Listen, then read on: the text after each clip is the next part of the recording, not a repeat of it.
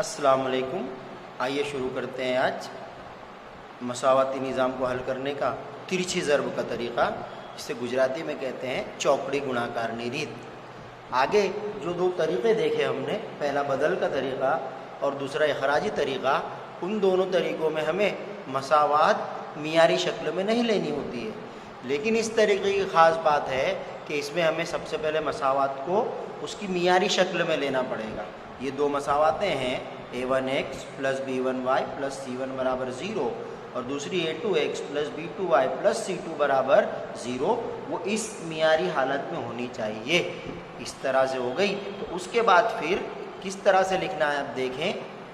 इधर लिखना है हमें x, इधर लिखना है y और इधर लिखना है x यानी ये a वाले, y यानी b वाले, और जो मुस्तकिल है उन्हें एक के साथ। अब x के नीचे दोनों x वाले, a1 a2, y के नीचे b1 b2 और एक के नीचे c1 c2, और फिर करना है उनका तिरछा ज़र्ब, जैसा कि उसका नाम ही जाहिर कर रहा है, तिरछी ज़र्ब का तरीक़ा।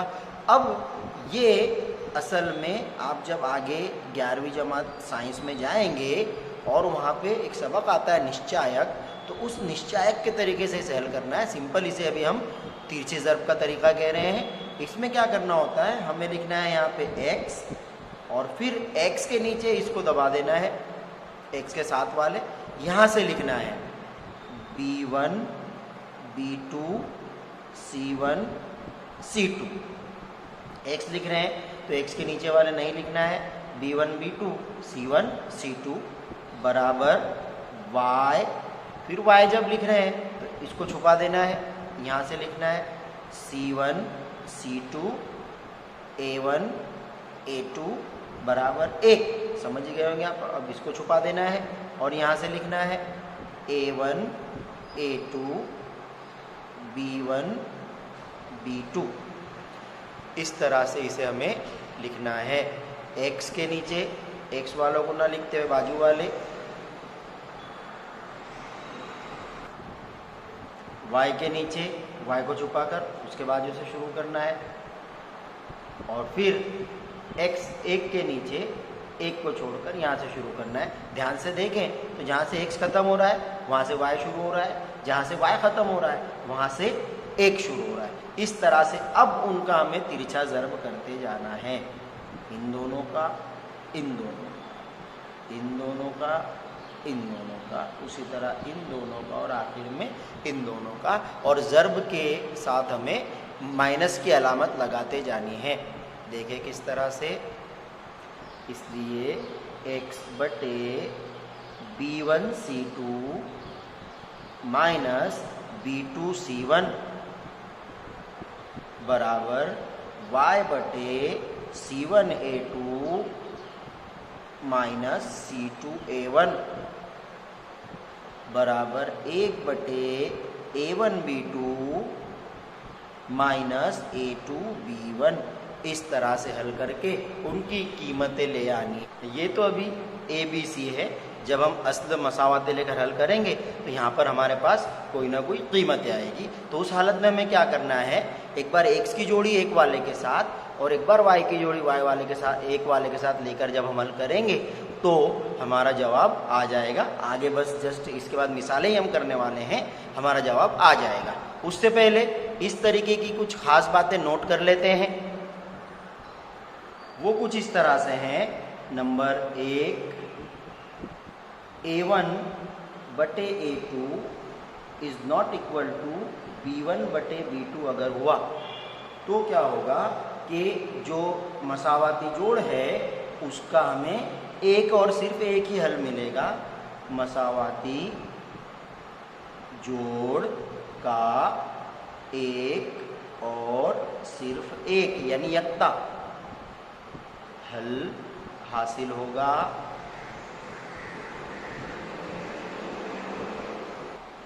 नंबर 2, अगर a1 बटे a2 बराबर b1 बटे b2 बराबर c1 बटे c2 अगर हुआ तो मसावाती जोड़ के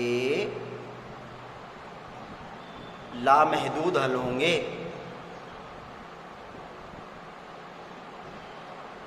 ये दूसरा पॉइंट है कि अगर ये तीनों ही जोड़ियां बराबर हुई तो फिर जो मसावाती जोड़ है उसके हल होंगे लामहदूद। और तीसरा, अगर a1 बटे a2 तो b1 बटे b2 के बराबर हो, लेकिन a1 बटे a2 is not equal to c1 बटे c2 और b1 बटे b2 भी is not equal to c1 बटे c2, ऐसी हालत में मसावाती जोड़ के हल होंगे नहीं। ये तीन चीज़ें हमें इसमें याद रखनी है, आगे इस पर से भी मिसालें आएंगी। चलिए देखते हैं मिसाल नंबर 14। इसमें पहले हमें मसावाती जोड़ बनानी पड़ेगी। जो આપણે બેંગ્લોર ના એક બસ સ્ટેન્ડ થી મલ્લેશ્વરમની 2 ટિકિટ અને यशवंतपुर 3 टिकटों ₹46 में खरीदी सकिए। यानी यहाँ पे बेंगलोर से हमें जाना है मल्लेश्वरम और यशवंतपुर।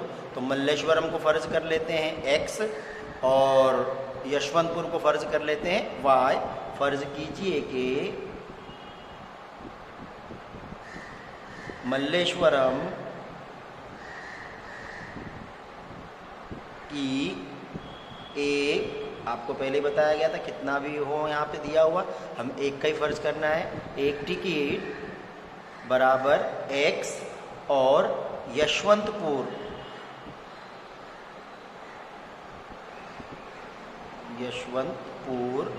की एक टिकट बराबर y। मल्लेश्वरम की एक टिकट को हम x बोल देते हैं और यशवंतपुर की एक टिकट को y। तो देखें मल्लेश्वरम की 2 टिकट यानी 2x जमा यशवंतपुर की 3 टिकट 3y बराबर कितना है 46। ये हो गई हमारी मसावत नंबर 1।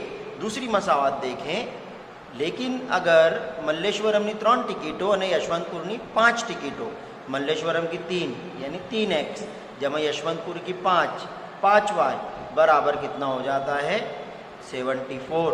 ये हो गई मसावत नंबर 2।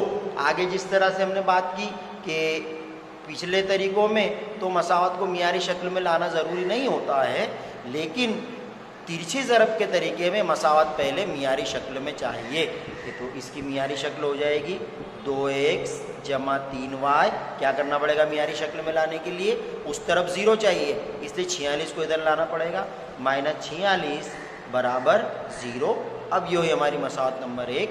और मसावत नंबर 2 में हो जाएगा 3x जमा 5y -74 बराबर 0, मसावत नंबर 2।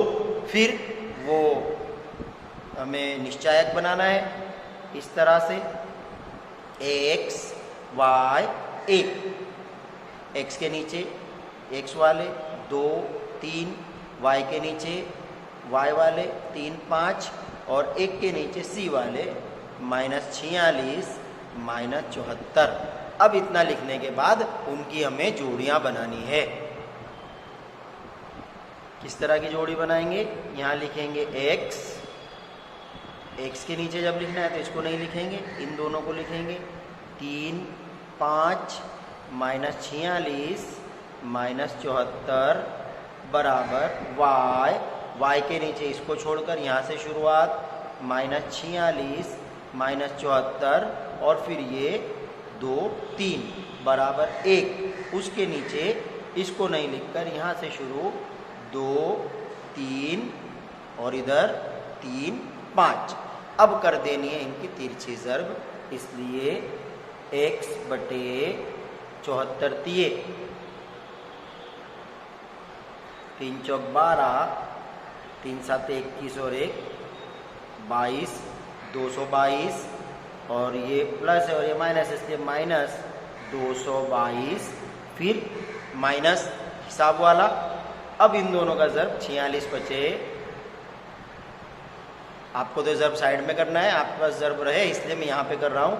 5 छंग 30 हासिल है 3, 5 चौक 20 और 3 23 230। अब ये भी ये प्लस और ये माइनस में जवाब आएगा और ये पहले से माइनस है इसलिए +230। इसका काम हो गया बराबर y बटे 46 दिए 46 ज़रब 3 3 छंग 18 3 चौक 12 और 1 13 138 ये प्लस ये माइनस इसलिए माइनस 138 माइनस इन दोनों का 74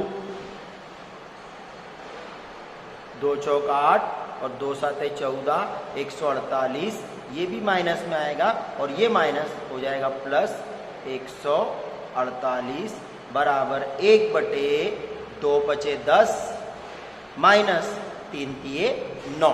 अब आगे जाकर इनमें भी देखें क्या हो रहा है। इसलिए x बटे 222 और 230 दोनों की अलामतें अलग अलग, नफ़ी होगी। 230 में से 222 गया, बचेगा 8, ये बड़ा वाला प्लस में इसलिए 8 बराबर y बटे 138 और 148 इनकी भी अलामतें अलग अलग है, नफ़ी होगी।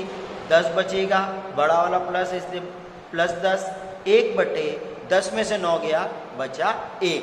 अब जैसा कि बात हुई थी कि तीनों की हमारे पास एक एक अदद वाली कीमत आ गई। अब एक बार x वाले की जोड़ी एक वाले के साथ लेनी है और एक बार y वाले की जोड़ी एक वाले के साथ लेनी है। इसलिए x बटे 10 बराबर 1 बटे 1 यानी 1, इसलिए x बराबर 10 एका 10, ये x की कीमत आ गई। उसी तरह से y बटे 10 बराबर भी 1, इसलिए y बराबर ये उधर जाके ज़र्ब करेगा 10 एका 10। तो इस तरह इतनी आसानी से ये हमारे हिसाब का हल आ गया। तो इस तरह से तिरछे ज़र्ब के तरीके से हिसाब को हल किया जाता है। फिर से एक बार पूरी मिसाल को आप देखिएगा, एकदम आसान है, अच्छे से समझ में आ जाएगी। मिसाल नंबर 15, p ની કઈ કિંમત થી નીચે આપેલ સમીકરણનો ઉકેલ અનન્ય મળે, यानी इसमें ये जो p है उसकी किस ऐसी कौन सी कीमत रखी जाए कि जिसके लिए इस मसावाती जोड़ का जो हल है वो एक और सिर्फ एक यानी कि यक्ता हासिल हो। उसकी शर्त हमने देखी थी। यक्ता हल के लिए आप पीछे वीडियो को रिवाइंड करेंगे तो आपको मिलेगा 3 शर्तें जो लिखाई है उसमें। यक्ता हल के लिए a1 बटे a2 is not equal to होना चाहिए b1 बटे b2। तो ये चेक करने के लिए हमें a1 a2 और b1 b2 की ज़रूरत है। यहाँ पे हम लिख लें a1 कितना है 4, b1 कितना है p, यहाँ से हम देखें a2 है 2 और b2 भी है 2। तो इसलिए कीमत रखते हैं a1 यानी कि 4 बटे a2 यानी कि 2 बराबर b1 यानी p और b2 बराबर 2, और यहाँ पे होना चाहिए इज़ नॉट इक्वल टू। अब यहाँ पे ये तो है यानी हमारे पास p जो है वो 4 होना चाहिए नहीं, इसलिए p is not equal to 4। 4 के अलावा p की कोई भी कीमत के लिए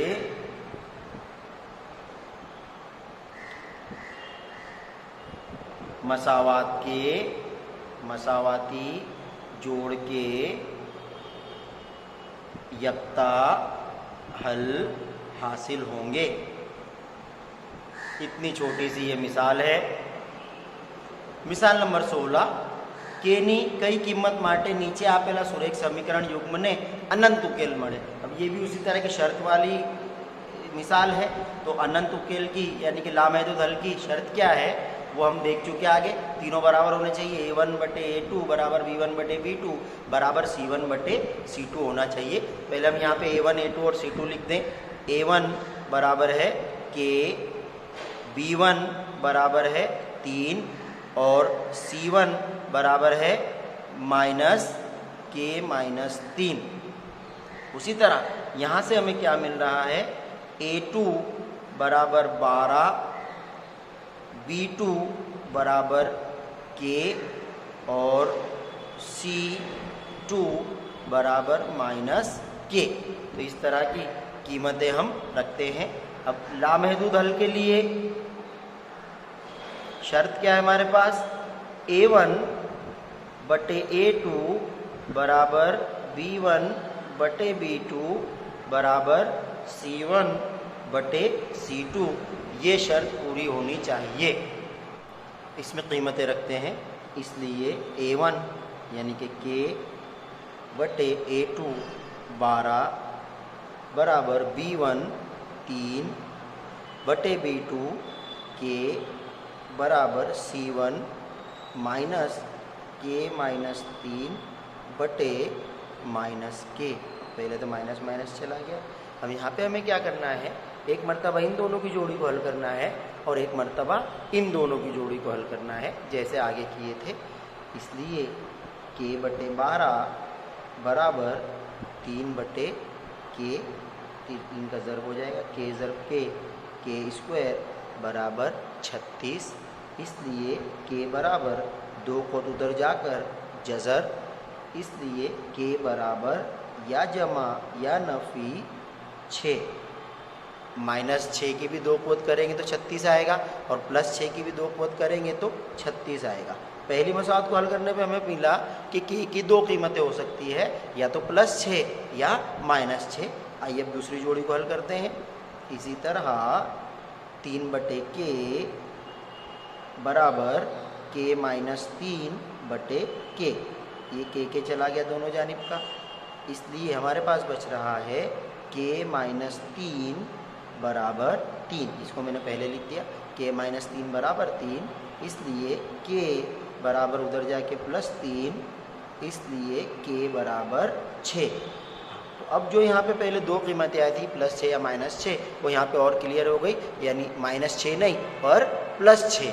K अगर प्लस 6 लेंगे तो ऊपर की जो मसावाती जोड़ है ये वाली, उसके हल लामहदूद होंगे। यानी K बराबर 6 के लिए इस मसावाती जोड़ के हल लामहदूद होंगे। इस तरह ये आज का हमारा काम कंप्लीट हुआ, बाकी का आइंदा कल देखेंगे।